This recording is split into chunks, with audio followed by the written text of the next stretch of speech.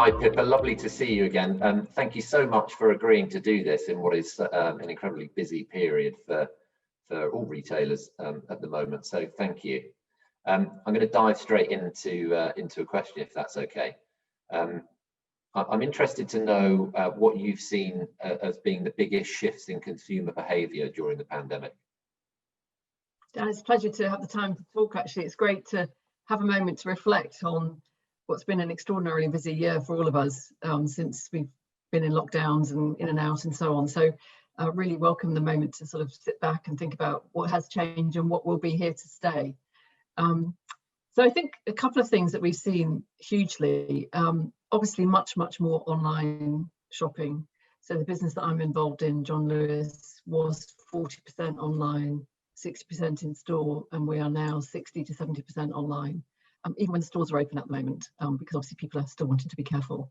And I think the learning that people have had, I include myself in this group, from just having to shop online will mean that that will probably continue to be a very big route for retailers who have the opportunity to be multi-channel going forward. I mean, I think we'll probably end up, having been 40%, we'll probably be about 60% on a steady state basis online. We've also seen, because we have a sister brand in the John Lewis partnership, Waitrose. So we've seen people shopping less frequently, but with bigger basket sizes. So people are making it a destination shop. And similarly, the out of town stores are doing better relative to the busy high street kind of stores, because people feel they can drive there, they feel safer, they don't have to take public transport. So there's been a bit of a shift in where people are going to shop. I think that will probably rebalance back later on. I think people do like to go to the high street, and I will come talk a bit more about what I think will happen when we come out of this. I think the other thing that's really interesting is to see how much more sustainability matters. And again, I'm sure we'll talk about that. So they're looking, is this cotton, BCI cotton, is this sustainable cashmere? Is this, can I get this repaired? Has this been recycled? You know, I think it's very interesting to see the number of products, frankly, that are being made from plastic bottles at the moment. We have, for example, an eco mattress that is made from 200 plastic bottles. And that's very interesting. I think there's going to be more demand for that. So I think it's about more online, less frequent shopping, bigger baskets, better value, and really caring about the sort of climate change, the planet, and looking for sustainability. And right at the beginning there, you mentioned the word reflection. There's been a huge amount of hyperbole around what's been happening over the course of the pandemic. You know, you've had 3 years of accelerated change in 3 months, those sorts of statements. But I'm interested to hear from a board and governance perspective how you've had to adapt sort of board behaviours in order to make sure you have time for reflection and actually listen to consumer trends and consumer behaviour. How have you done that? I'm really passionate about talking and listening to customers, and so through the autumn we instigated a customer closeness programme, and all the senior leadership in John Lewis brand every fortnight spent time with customers, a whole morning, either in a focus group or interviewing customers, or actually in a customer's home, talking about how they shopped, what they bought, what they liked about us and our competitors, and indeed on accompanied shopping trips as well. So I went shopping with my customers several times, and it's a real eye-opener as to what matters to them and how we're showing up. And I think, you know, what's become clear through that kind of research is that they want to be inspired.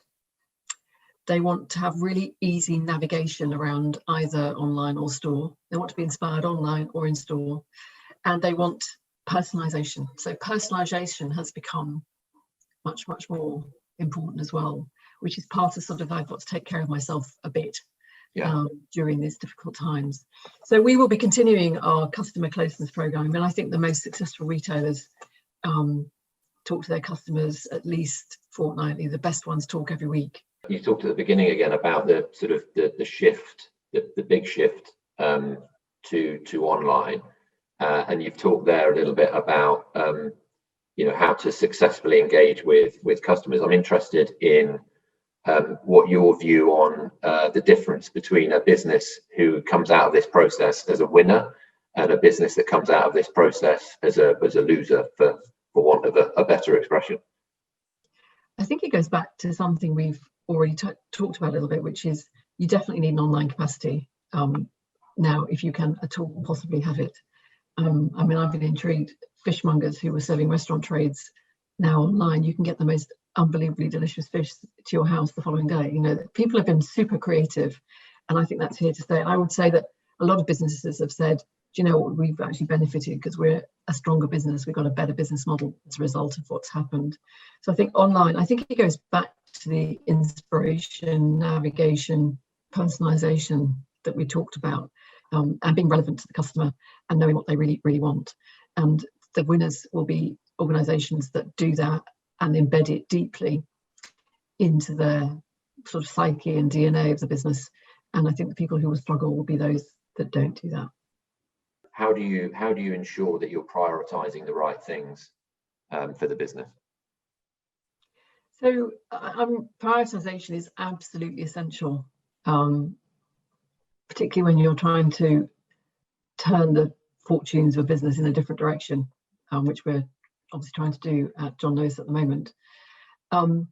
We've been very clear about which product categories we want to play in, and we've been very clear about the role of each product category.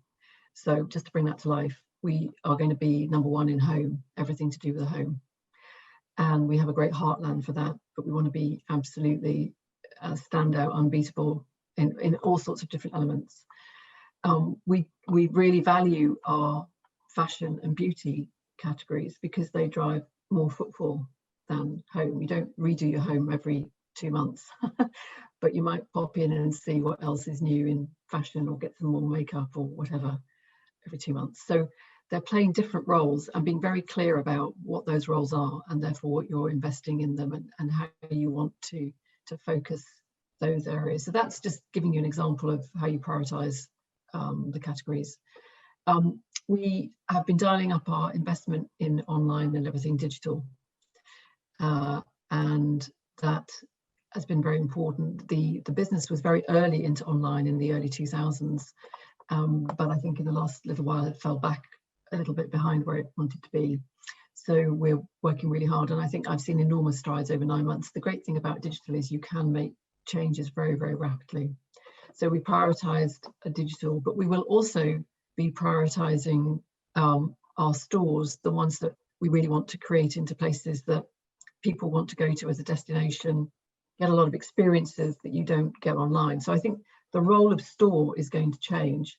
Why would you bother to go to a store if actually all you get there is the same things you get online? You want to go for some different things, experiences, personalizations. Let me give you some examples of that. You might want to go and have a beauty makeover. You might want to take some clothing in to be repaired. You might want to take some products in for recycling. So you can take back with John Lewis all of your beauty products and we will recycle them for you. So there's a reason to go, but maybe also we have great food. So you can go and have a great meal when you're shopping, maybe something for the kids that's experiential. I think the role of online and store, you've got to prioritize being very clear about the differences between the two, more so now than ever before. How do we do it? We look at the value we think will generate from all the actions that we've got, brutally line them up. We are sequencing is important, and you can't do too many things at once, so you've got to decide what's really important. For us, it's all about online, it's all about availability, and it's all about customer service. And if that's all we do for the next 6 months in real depth and step change, that will be fantastic. Pippa, thank you ever so much for agreeing to do this, and some really fantastic insights there into what's going on at John Lewis. Really appreciate your time today, and hopefully see you very soon. It's a pleasure. It's lovely to see you again, Dan. Take care. Take care.